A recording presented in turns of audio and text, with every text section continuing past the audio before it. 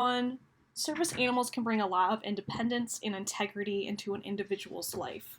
Service animals are trained to perform a wide range of duties to make the handler's life easier. Today, we're going to discuss the ins and outs of service animals in today's day and age.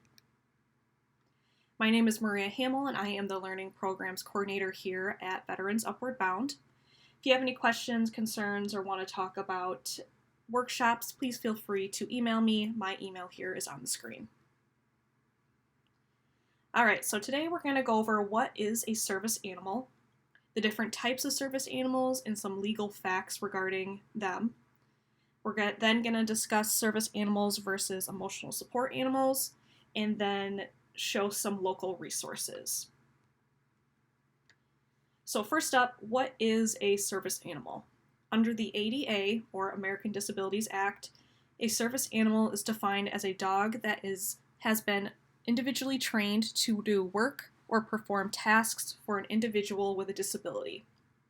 The tasks performed by the dog must be directly related to the person's disability. So I want to mention here that service animals mostly include dogs. However, there have been circumstances where miniature horses, pigs, monkeys are also used as service animals. So today you might hear me refer to a service animal as a dog, but keep in mind that other animals have been used as well in the past and in the future. Alright, so the next question, when we mention that the animal is used to do work or perform tasks, what does that mean? So a dog will be trained to perform a specific action when needed to assist the person with a disability. So for example, a person with diabetes may have an animal that is trained to alert them when their blood sugar reaches a high or low level. A person with depression might have an animal that is trained to remind them to take medications. Or a person that has epilepsy may have an animal that is trained to detect the onset of a seizure and then help them remain safe during that seizure. So service animals can be used for many different purposes. We kind of talked about a few there in that last question. But they go through rigorous training programs before they meet up with a handler to learn many different tasks that the handler will need. So some examples of common types of service dogs or animals are guide dogs for the blind, hearing dogs for deaf or hearing impaired, mobility assistance dogs for those in wheelchairs or those in mobility limitations, seizure response dogs, diabetes assistance dogs to detect blood sugars high and lows, and mental health service dogs or psychiatric service dogs that are task trained to assist those with PTSD, panic disorders, anxiety disorders, major depression, and autism spectrum disorders. All right. So next we're going to talk about some legal facts when it comes to service animals. And this legal information is current as of 2022. And as you know, laws are always changing and adapting. So please to make sure that you check your state and local regulations regularly, because these things that we're talking about may change in the future. And we're going to talk a very high-level overview of these legal facts, and there's many different legal nuances, and it gets really tricky and really wordy. So if you want to dig more into service animal legal facts, please take a look at the VA website or dav.gov, where I got a lot of this information from. For more information on this legal jargon, I will make sure that we have some links in the email of this workshop so you can take a deeper dive into some legal stuff if you'd like. So first up, service animals may live with the handler regardless of pet policies under the Fair Housing Act and Section 504 of the Rehabilitation Act of 1973. So what this means is if you're living in a rental or apartment complex and they have a policy stating that there are no pets allowed, underneath the Fair Housing Act and Section 504 of the Rehabilitation Act, a service animal may live with you, regardless of their policy. Under the ADA, or American Disabilities Act, service animals also cannot be denied entrance to businesses, even food service establishments, state and local government facilities, or nonprofit organizations that serve the public, regardless of the laws there. So when a person or a service animal enters a public facility or a place of public accommodation, the person cannot be asked about the nature or extent of their disability. Or in other words, the person cannot be asked what their disability is. They can only be asked 2 questions, and these questions are, is the animal required because of a disability, and what work or task has the animal been trained to perform? So this is typically for when someone's giving you a hard time for bringing your service animal into a public space. They can only ask you these 2 questions.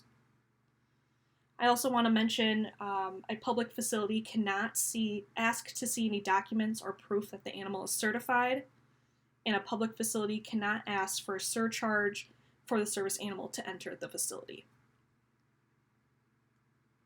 Lastly, service animals must be leashed or harnessed in public spaces, and they must have identifiable harnesses or collars to show that they are a service dog or service animal. So in this picture, you can see that this dog has a little harness that says service dog on it, do not pet. So a common question when it comes to service animals is, can my personal pet become a service animal? Service animals undergo hours and hours of training, and they're typically trained very early in life to have the sole purpose of becoming a service animal in their lifetime. So it's often not recommended that your personal pet becomes a service animal. It can cost thousands of dollars to train your personal pet, and some trainers who train service animals will not work with personal pets. So although it is up to an individual, it is not recommended that your pet becomes a service animal. All right. So there's often a misconception between service animals and emotional support animals, or also known as ESAs, that they're the same thing, which they are not. So we're going to go over that today. Emotional support animals, they're often called comfort animals or support animals, are not considered service animals underneath the ADA, or American Disabilities Act.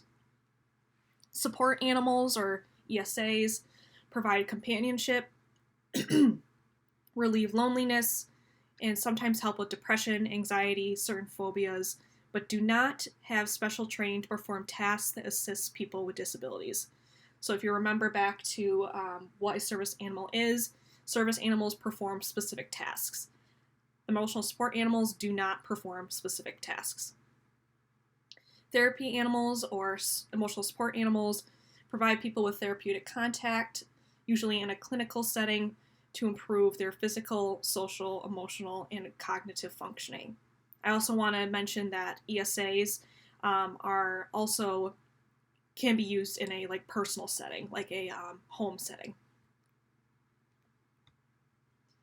All right, so here is a side-by-side of a service animal versus an ESA. So as we talked about earlier, service animals are trained to assist a single person.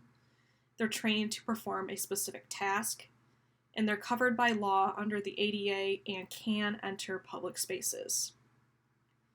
Emotional support animals provide emotional support for an individual. I also want to mention that they can provide support for multiple people. So let's say you have an ESA cat at your home. There might be more individuals in that home, and they can provide emotional support for more than one person.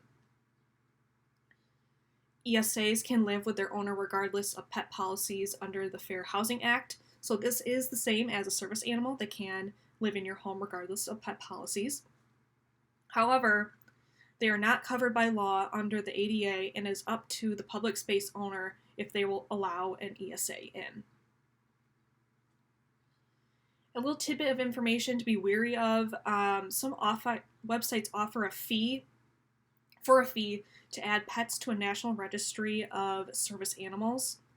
They can even provide special little vests or identification cards stating that your animal is a service animal. However, the problem is that no such registry ever exists. And even with a vest, a non-service animal is still not legally afforded the same rights as a service animal. And here's some more information on what we just talked about, the difference between service animal and emotional support animal, just in a different graphic and a different way to view the information. Feel free to pause this video and take a look. We just talked about all that information earlier. All right, so I have included here some links and websites to different local service animal resources. These will be included in the email of this workshop. The first link here is the VA Service Dog Guide. It kind of gives a overview of some of the stuff that we talked about today, kind of can guide you in the direction of going to local resources. So I would suggest it's a good place to start to answer some of your questions you might have, and then dig deeper into some local resources. Some of the local resources that I have here are the Jaeger Foundation, Canine Camo Companions, and Helping Paws for Veterans. These three are West Michigan based, and they can help lead you through the process of receiving a service animal, and they often can link you with a service animal as well. So feel free to contact these three. Again, the information will be in the email of this workshop. And it's a really good place to start and ask them your questions that you may have about obtaining a service animal. And before we depart today, I want to mention that we do have someone on our staff at Veterans Upward Bound who has a service animal. This is Belinda Coronado. She is our Veterans Education Outreach Liaison at Veterans Upward Bound, and this is her service animal, Shadow. If you have any questions about Belinda's journey with a service animal, or where she started, how she got into service animals and asking questions about it, feel free to contact us at veterans@gvsu.edu, and we can put you in touch with Belinda if you have any questions and just kind of get the ball rolling and getting some questions answered. Thank you. I hope this was helpful to you, and hope to see you next month.